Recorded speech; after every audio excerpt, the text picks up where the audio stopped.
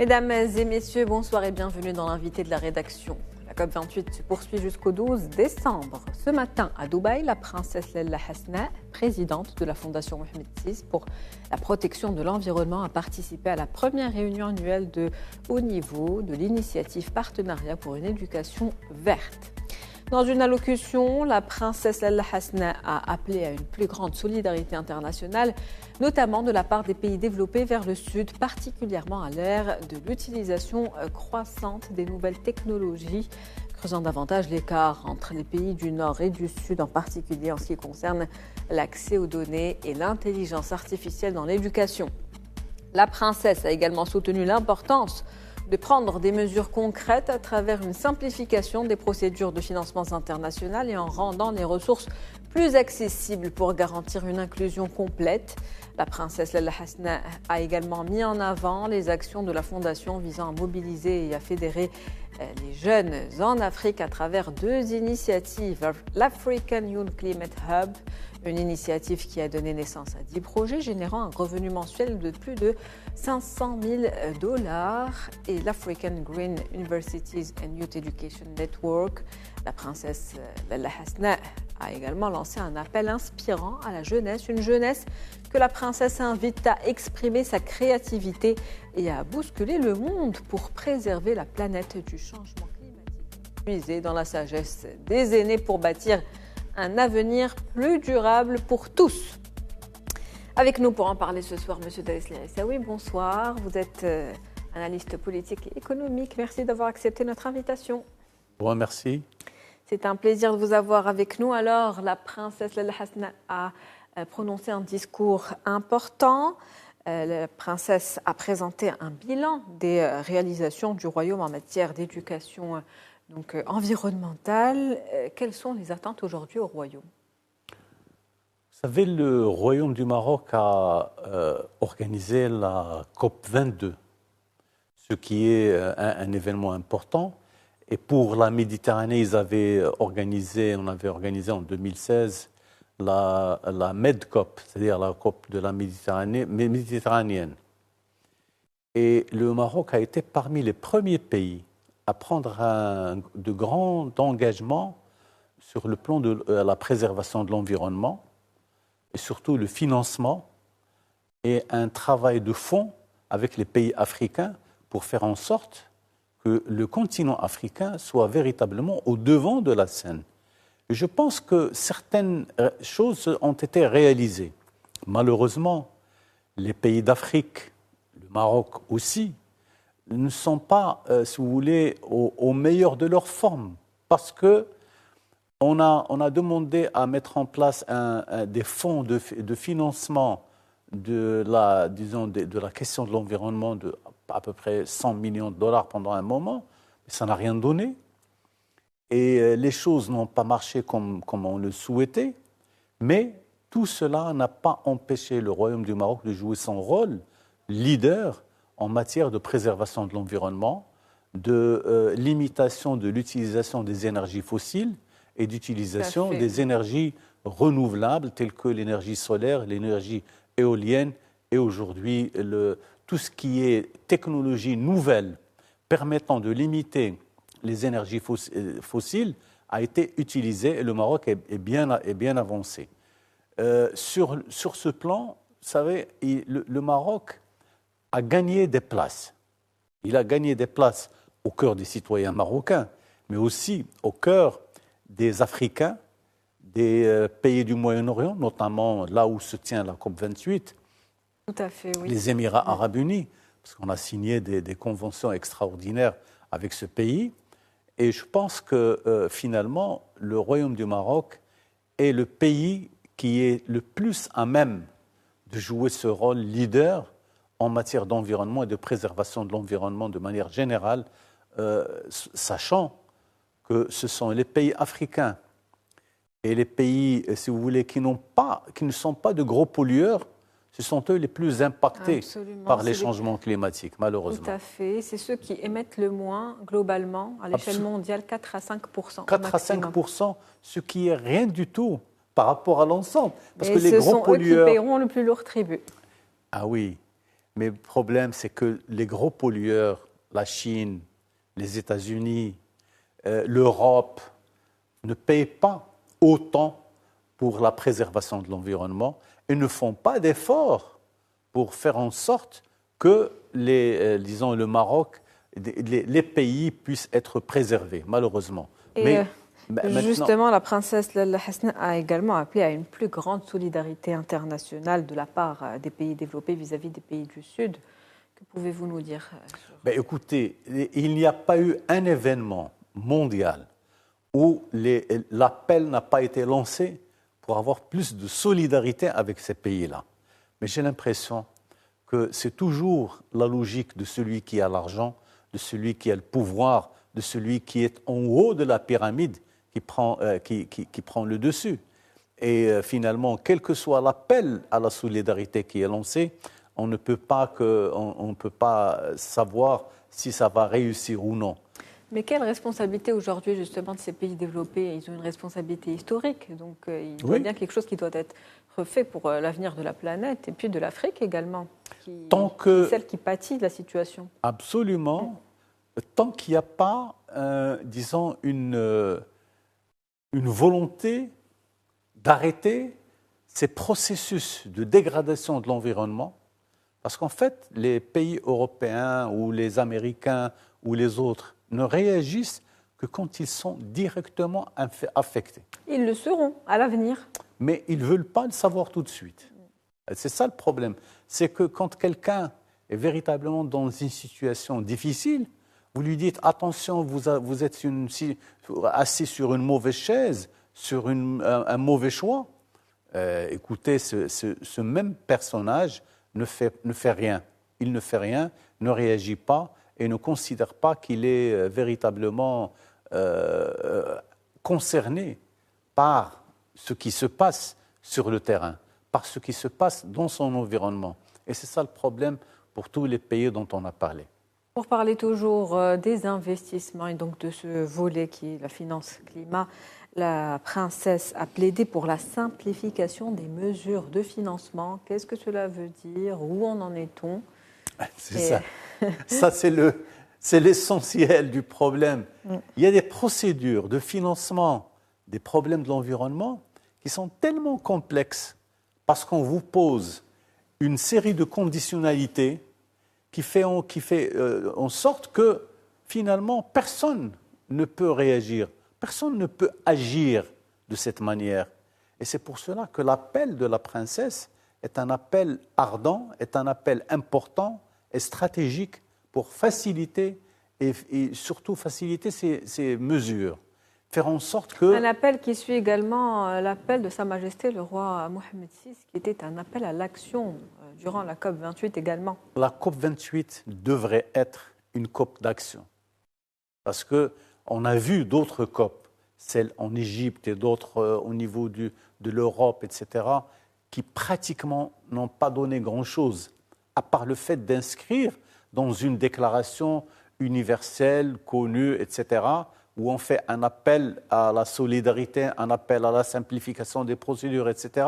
Mais ça reste une lettre morte et personne ne peut dire que nous avons fait quelque chose pour cet environnement parce que la seule manière de montrer ou de démontrer que les choses sont réelles, c'est d'agir directement sur ce que peuvent être les pays tels qu'on les appelle.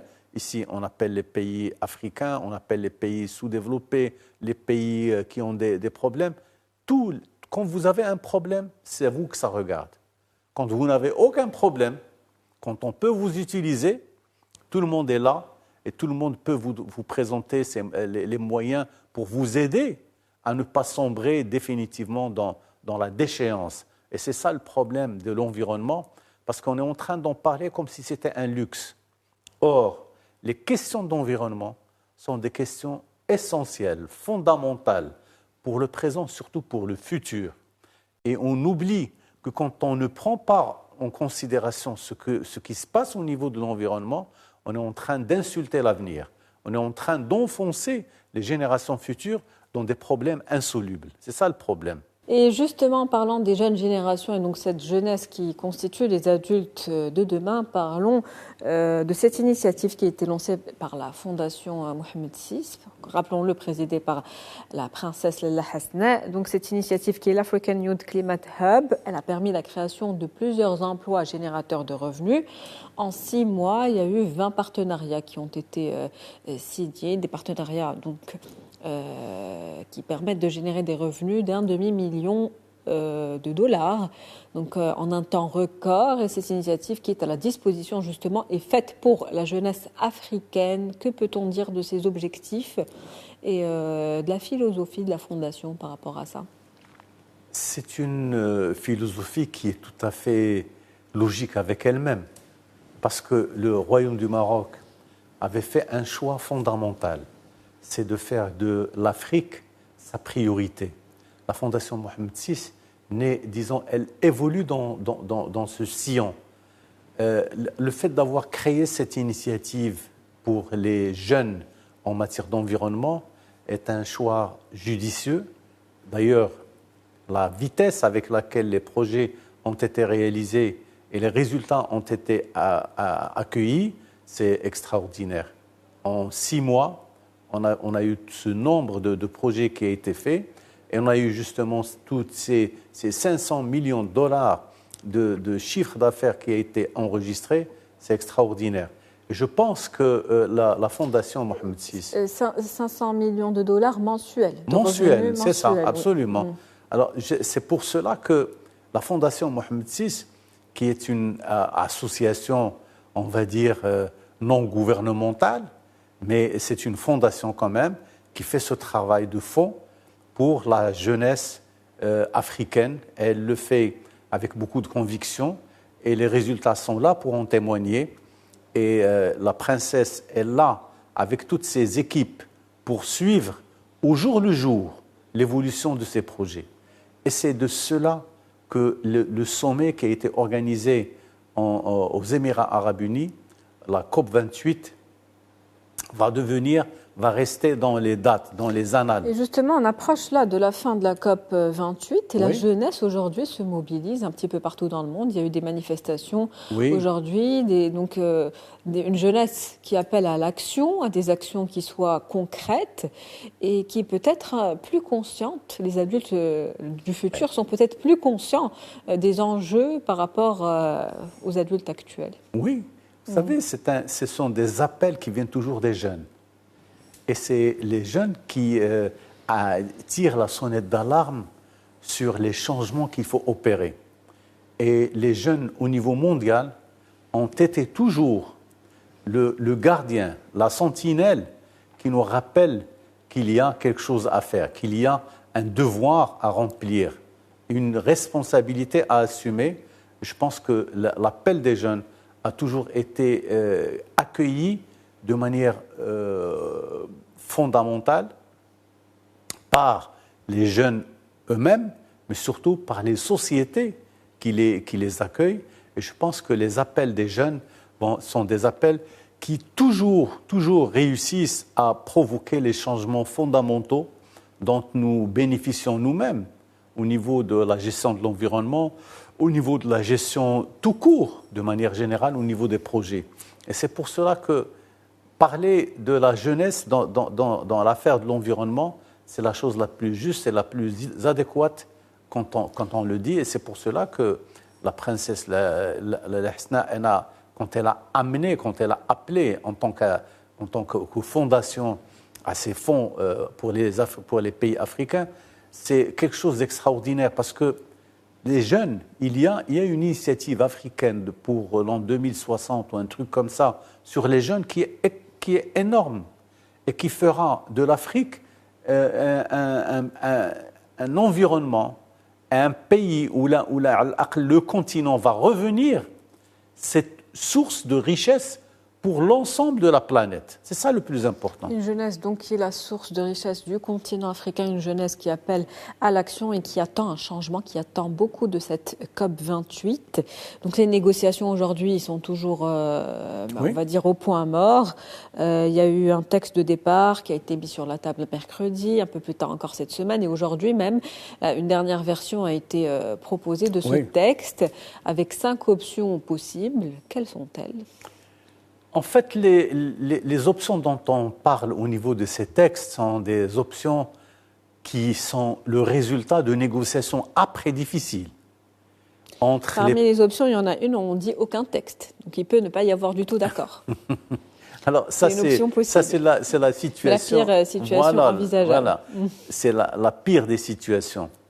Mais les autres, ce sont des résultats de tractation entre ceux qui doivent payer et ceux qui ont déjà payé et ceux qui doivent faire un effort de restriction au niveau de l'utilisation des énergies fossiles, etc., ou des énergies qui ont un effet sur l'environnement.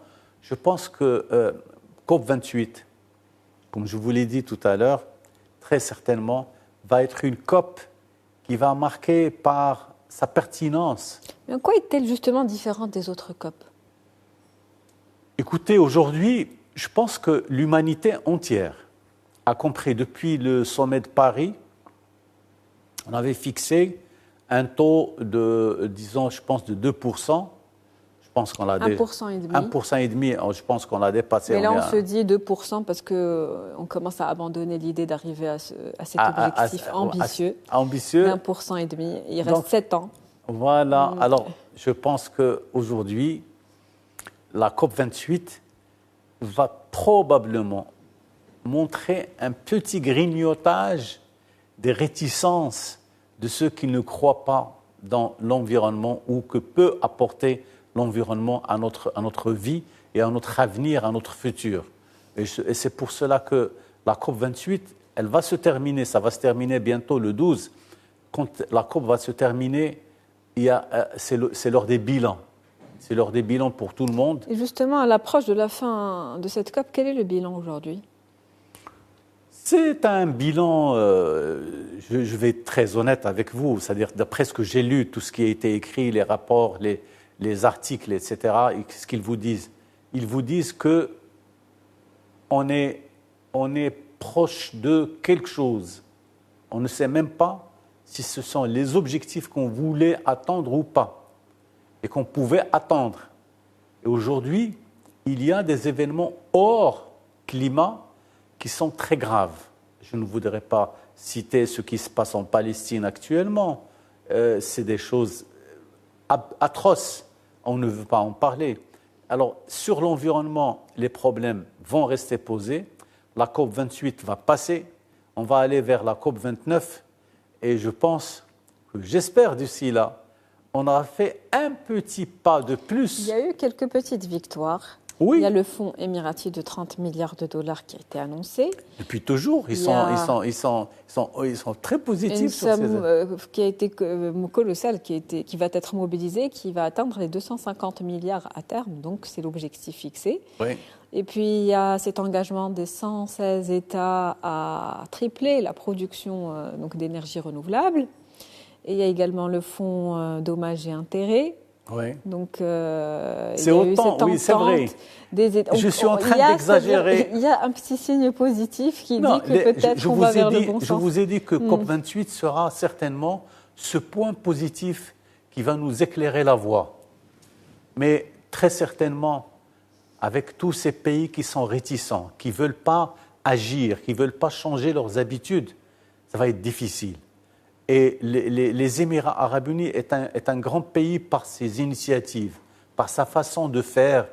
Je pense qu'ils iront très certainement vers une meilleure appréciation des risques que nous continuons à courir avec ce qui se passe aujourd'hui au niveau de notre environnement. Et on va être coupable de ne pas avoir agi au moment voulu.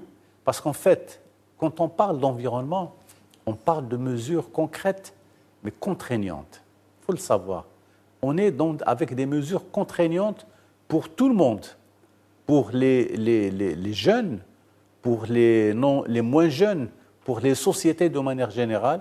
Alors si on n'arrive pas à s'astreindre à cette discipline, ça va être très très difficile à réaliser. Des engagements donc ambitieux qui demandent un engagement politique oui, surtout, qui soit surtout. fort, effectivement. Et puis, parlons de ces... On arrive au terme d'émission, mais tout de même, parlons de ces énergies fossiles. Toute cette question qui divise, doit-on les arrêter complètement? Doit-on les arrêter progressivement? Est-ce que cet objectif est avant tout réalisable? Je pense que oui. C'est-à-dire que quand on regarde, par exemple, quand on regarde un peu les énergies fossiles, depuis leur départ jusqu'à maintenant, avec tous les problèmes qu'on a constatés, il est possible de réduire l'utilisation des énergies fossiles. Il est possible de parler d'utilisation d'énergies comme l'énergie solaire, l'énergie éolienne, l'énergie hydraulique, etc. Mais comment peut-on les utiliser? Le Maroc, il est leader en matière de production d'énergie non fossile, et il est vraiment en situation de produire tout cela avec ses propres moyens et probablement être en tête des pays qui vont pouvoir promouvoir ces énergies. Alors, qu'est-ce qu'on va faire? Parce qu'en fait, quand vous demandez à celui qui a les énergies fossiles en train de les utiliser, que ce soit en amont ou en aval d'un secteur, il ne va jamais vous écouter parce qu'il a trop à perdre. Et c'est ce calcul entre ce qu'il a à perdre et ce qu'il a à gagner qui fera la différence entre ce qu'il y a aujourd'hui et ce qui devra se faire demain. Alors, ce qui devra se faire demain se fera avec des coûts que ceux qui vont perdre sont les seuls capables de les calculer. Absolument. Merci à vous, Driss Essaoui. Nous arrivons déjà au terme de cette émission, mais le sujet est important. On pourrait en parler pendant des heures. Oui. Je rappelle que vous êtes analyste économique et politique. Merci d'avoir accepté notre invitation. C'était un plaisir de vous avoir sur le plateau. Merci beaucoup. Nous arrivons donc au terme de cette interview. On se retrouve la semaine prochaine pour une nouvelle thématique. Merci de votre fidélité.